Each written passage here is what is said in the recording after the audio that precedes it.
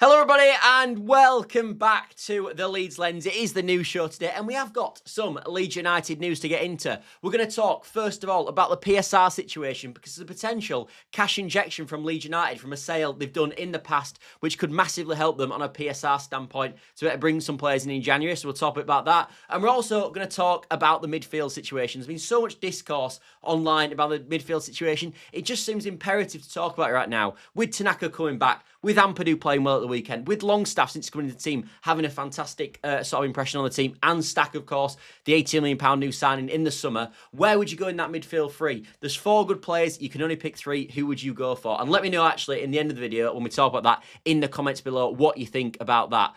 And of course, if you could help the channel as well by dropping a like, subscribe, all that good stuff, does massive help the channel in a time when we're getting absolutely crushed by YouTube. There's been this new algorithm, you've probably heard other YouTubers talk about this as well. It's absolutely killing us. So if you could drop a like on the video, then it boosts it up and it gives it this extra boost. So it goes out to the normal people that will go out to. So if you could do that, that would be massively helpful. I'm only a small channel, so if you could do that, it would mean the world. But yeah, let's get into the video, shall we? And let's start with the PSR situation. So the PSR situation is that obviously Leeds United sold Charlie Cresswell. Was it last year or was it the year before? Anyway, they sold Cresswell recently for £3.8 million. However, Toulouse are open to actually selling Charlie Cresswell in the January transfer window for a rumoured fee around about the 17 million mark. Now, we know obviously that in the summer, Toulouse were looking at, or were sort of exploring offers for Charlie Cresswell with a lot of Premier League clubs. I remember Liverpool being linked, Dortmund being linked. Loads of other clubs were linked to Charlie Cresswell.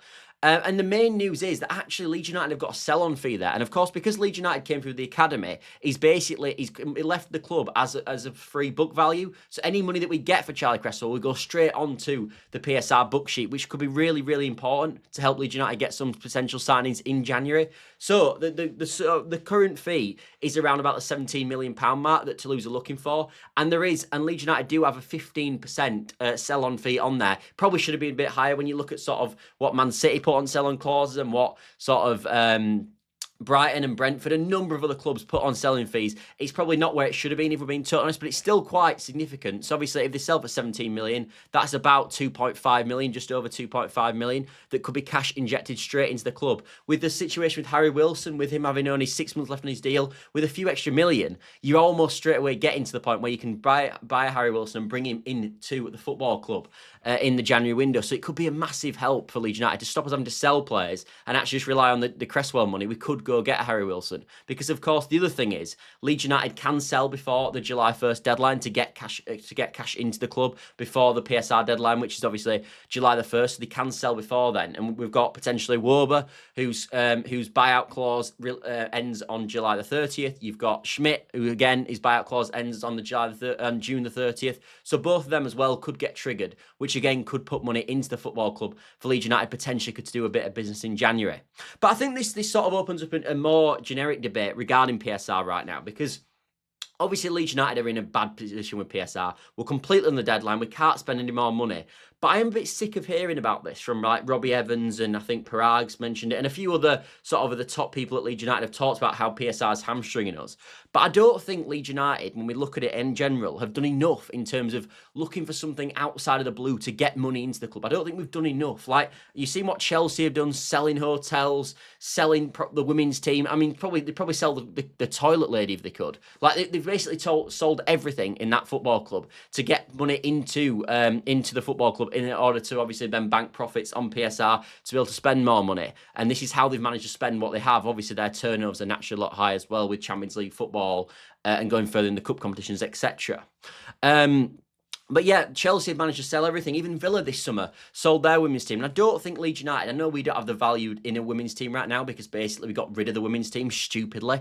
So we don't have a valued women's team to the point where we could sell it on. But surely we've got other assets in the football club that we could sell on. Obviously, we don't own hotels either. There must be something else in the football club that we could sell to generate money. And even if you can't do that, you've got to be smart with some deals that you can do. Like, why can't we do stuff like sell a player in January and then get the club that buying the player to bring him back on loan? Like, could we not sell Struijk in January to, say, Villarreal, who were interested for, say, 20 to 25 million pounds, and then say to Villarreal, well, look, we want to keep him to the end of the season. You can have him in the summer. So Leeds United get to keep Struijk on loan for the rest of the season, but also cash inject in January over £20 million free book value, because obviously the Struijk came through the academy. Or could you do that with potentially people like this, but with other players in the club, like Tanaka's maybe? I know he's been talking about leaving anyway if Leeds United hadn't been promoted. He'll probably look for a move if Leeds United get relegated anyway. So could you cash inject money there, and he might go anyway in the summer, and get some cash injection? But you've got to do smart tactics. Yes, we don't want to sell our best players, and we don't want Struijk leaving the club. We don't want Nontos, we don't want Tanakas, we don't want Bogles leaving the football club.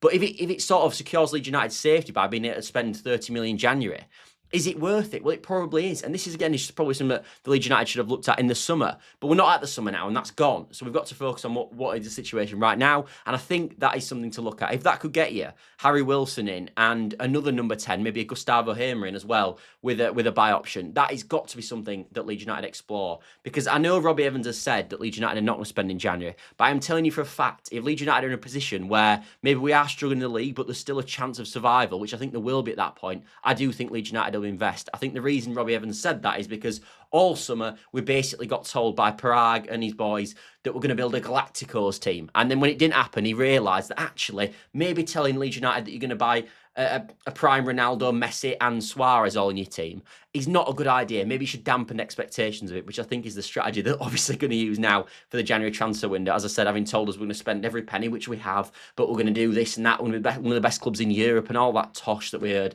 on the parade. I think they're going to dampen the expectations a bit, but I do think if there's a chance of staying up, we will try to do stuff. But you've got, as I said, you've got to be smart and do clever deals. This is something Brighton would definitely do, something Brentford would definitely do. They'd find ways to cash inject club football money into the football club. We've seen Chelsea do it so much as well. Anyway, that situation regarding PSR, but essentially the selling of Cresswell, even if he's sold actually before the July deadline, could be a massive boost for Leeds United. So something definitely to look out for. Anyway, let's move on to the midfield, because there's been a lot of talk about the midfield, and obviously we've got the we've got rid of the signing scale for now and replaced it with the Leeds United 11, which of course you'll have seen in the previews and the match reactions if you do watch them. Obviously there will be a match reaction this week as well on Thursday after the press conference, like always. Probably come out Friday morning, to be honest. And remember as well, I will do that stream on a Friday at 8 p.m. That is going to be my time. So if you want to talk about everything we've talked about this week, 8 p.m. on a Friday is the one to do. But that was the 11, obviously, that started at the weekend. And obviously there's Aronson on the wing, which I think is a potential talking point, but mainly I want to talk about the midfield, because with Tanaka coming back in the team, for me, Tanaka offers a profile in the midfield that potentially no other player in the Leeds United squad does. I think he's got this sort of creative brain and the creative IQ in the final third that I don't see in a Stach, and I especially don't see in the Longstaff or an Ampadu or even a Gruev, in my opinion. So we've got, for me, 4 players in there, or 3 solid players that are playing relatively well at the moment, in Ampadu, Stach, and Longstaff, of course. But I do think, to sort of vary it up, and in a game where Leeds United need to go and try win the game at Wolves away at the weekend, we need a bit more creative prowess in the midfield, and I think Tanaka provides that. So for me, he gets back into 11, and then you're looking at, for me, who comes out, because you can't play all 4, of course. So who comes out of the midfield 3? Ampadu, I think, is a unique profile, and he's also the captain of the football club, so I think that's never going to happen. So then that leaves you, do you play Stach or Longstaff with Tanaka, who I would definitely play? I know people will be question marks, maybe shouldn't play Tanaka, it's an away game, maybe more secure, it worked away at Fulham. I like the creativity of Tanaka. It's a game where we've got to target as a win, in my opinion, go for the win. We can't sort of just accept a draw. Maybe a draw if it's in the 80th minute, all right, fine.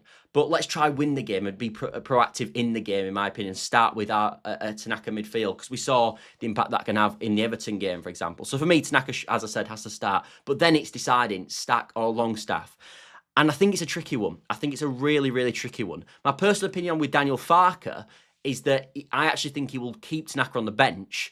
And I think he'll go that same midfield that started at the weekend. I think he'll go Ampadu, Longstaff, Stach, and play a bit more defensive, and maybe look to implement Tanaka on maybe the 70th minute. As I said, that I don't think that's what a lot of the fan base would do. And where do I stand on it? Well, I think when you look at the sort of profiles of each individual player, I think Longstaff, for me, is a better ball winner, and I think he's a better presser than Stach. I think his physical attributes are better, other than being in the air, which Stach takes corners anyway. But in terms of like I think his fitness levels are higher. I think he covers the pitch well. He's always the highest for interceptions and sort of pressing and tackles, everything like that. That's Longstaff's game. Stach, on the other hand, I don't think he's quite as good at that, but I think also you see a much more composed, better ball player with Stach, although I don't think we've seen it in the last few games. And I do think Stach is the better player, and I think he's got the better upside in terms of he's a more all-round package midfielder. And when you've already got Ampadu sort of sweeping up at the back, are you better going with a Stach and Tanaka midfield? Is that more balanced? And we saw that work perfectly against Everton in that first game. So I think it's tricky. I think it's a tricky one for Leeds United to look at. I think for me right now, I know Longstaff's played really well, but I think, and I'm tossing and turning this all the time, I think I would go with Stach in midfield. Just because I think if you get Stach to his best performance levels, like we saw against Everton in the first game, and like we saw against AC Milan for me, obviously in that friendly match when he was superb, I think he's got a higher upside. So I think Stach playing I think a Stach 8 out of 10 performance is better than a Longstaff 8 out of 10 performance, if that makes sense. I think that's the way I'd look at it. And I just hope that sort of Stach can get it. Although I think it's very unlucky on Longstaff because I think he does deserve to play. But we are actually blessed, I think, with Riches a bit in midfield. So that is a positive for Leeds United. But as I said, for me, get Tanaka in, and I think I would play Stach. Although, as I said, Stach's not playing well. I think then you've got a really good option off the bench against Longstaff. And also, I'll be saying to Stach, look, you've got to play well in this game because you've got Longstaff who's been playing really well. Who's sort of banging on the drum. So yeah, I think that's what I'd do. And I also do think, to be honest, that we've heard about what sort of Farke said in press conferences about Stach, and he's really highlighted Stach over and over again about how good his qualities are. And I think he is the quote-unquote golden boy in that midfield. Obviously, we know he loves Ampadu as well, but I do think Stach's the golden boy. So I do think if anyone was to miss out for Tanaka, it probably would be Longstaff, which we saw obviously at the start of the season as well when they were all fit. But I think Longstaff has put a debate in because I think he has been really, really good in the games that he has played. Anyway, that is the video today. Thanks all for watching. Obviously, remember the 8 o'clock stream on Friday if you're around. And also, as I said, be around for the press conference reaction and all that sort of stuff tomorrow. And then, of course, the match preview on Friday. But yeah, thanks all for watching, and I'll see you all later. Bye for now, everybody. Bye for now.